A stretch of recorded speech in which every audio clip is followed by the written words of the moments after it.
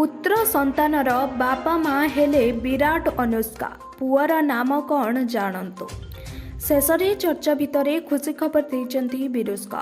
मिलिथिबा सूचना मुताबक अनुष्का शर्मा एवं विराट कोहली द्वितीय थर पई पितामाता होइचंती।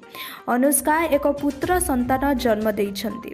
से एही सूचना इंस्टाग्राम रे पोस्ट करिसंती। 15 फेब्रुआरी रे से तांकर द्वितीय संतान को स्वागत करिथिबा कहिसंती।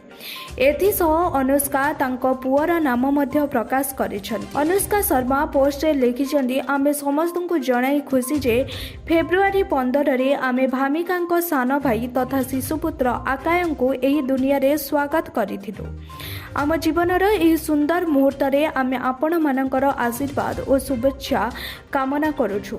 उल्लेख थाउ कि जे दीर्घ दिन धरी अनुष्का शर्मा गर्भवती थिबा नै चर्चा जोर धरिथिला, किंतु अनुष्का शर्मा गर्भवती थिबा खबर उपरे नीरव थिले।